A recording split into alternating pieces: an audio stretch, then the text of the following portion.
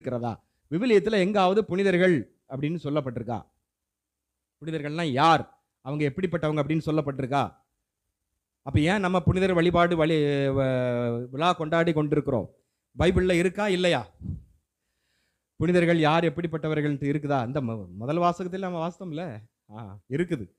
திருவழிபாடு நூல்ல இருக்குது. அதுதான் அதற்கு பின்பகுதியில் பாருங்க, 7:9 நாம வாசித்தோம். அதன் பின்பகுதி 14, 13, 14 பார்க்கும் பொழுது திருவழிபாடு 7ஆம் அதிகாரம் 13, 14 அவங்க தீமைகள், இந்த உலகத்தில் உள்ள அசுத்தம், அதிலிருந்து தூய்மையாக்கப்பட்டவர்கள். அதனாலதான் வெண்ணிற தொங்கல் ஆடைகளை அவர்கள் அணிந்திருக்கிறார்கள், குருத்தோலைகளை பிடித்திருக்கிறார்கள் என்று சொல்லப்படுகிறது.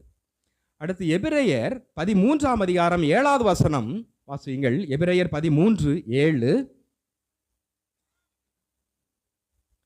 புனிதர்கள்லாம் யாரு, எப்படி இருப்பாங்க அப்படிங்கிறது அருமையாக இந்த விவிலியம் நமக்கு புடமிட்டு காட்டுகிறது. முந்தைய நாட்களில் கடவுளின் வார்த்தையை எடுத்து சொன்ன, நற்செய்தியை அறிவித்த இயேசு யார் என்று இந்த உலகத்திற்கு காட்டிய, இயேசுனுடைய உயிர்ப்புக்கு பிறகு திருத்தூதர்கள், பவுலடியார், ராயப்பர், நிறைய பேர் போதிக்கிறாங்க, நற்செய்தி அறிவிக்கிறாங்கல்ல, அவங்க தான் முதலிலே புனிதர்களாக இருந்தார்கள். அவர்களை நாம நினைவு கூற வேண்டும். அப்ப புனிதர்களை நாம ஏன் நினைவு கூறோம்? புனிதர்களுக்கு ஏன் விழா கொண்டாடுறோம்? புனிதர்களுக்கு ஏன் இவ்வளவு சிறுபங்கள்லாம் வச்சு பண்றீங்கிறது இங்க தான் இருக்குது.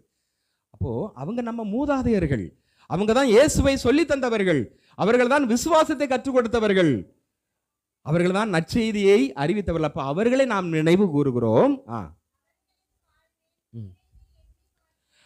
அவர்களுடைய வாழ்விலே உள்ள நல்ல பண்புகள், அவங்க எப்படி வாழ்ந்தாங்க, அந்த நிலையை நாம எண்ணி பார்க்கிறோம். நம்ம வாழ்க்கை எப்படி இருக்கு நமக்கு தெரியும், ஆனா அவங்க வாழ்க்கை எப்படி இருந்தது அதை நாம எண்ணி பார்க்க வேண்டும். அவர்களுக்கும் சோதனை இருக்கும், பாவ நாட்டம் இருக்கும். இந்த காலத்துல இணையதளம் இப்படி இருக்கும் பொழுது அந்த காலத்துல அதுக்கு தகுந்த மாதிரி ஒரு சோதனையில் இருந்துச்சு. ஆனா அதையும் அவர்கள் தாண்டினார்கள். அப்போ தாண்டி எவர் தூயவர்களாக வாழ்ந்திருக்கிறாங்க பார்த்தீங்களா? அப்போ அந்த நிலையை நாம் எண்ணி பார்த்து, நீங்களும் நாமும் அவர்களை போல நம்பிக்கை உடையவர்களாக இருங்கள். நம்பிக்கை உடையவர்களாக நாம இருக்க வேண்டும். புனிதர்கள் அப்படின்னா யார் என்பதற்கு அருமையாக இந்த எபிரேயர் 13:7 சிறப்பாக நமக்கு சொல்லி காட்டுகிறது. அடுத்து இந்த புனிதர்கள் தூயவர்கள், அப்படிதானே? தூயவர்கள், இயேசுவை பிரதிபலிக்கக்கூடியவர்கள், கடவுளின் மக்கள் என்று அழைக்கப்படக்கூடியவர்கள். உரோமையர் 8ஆம் அதிகாரம் 14வது வசனம்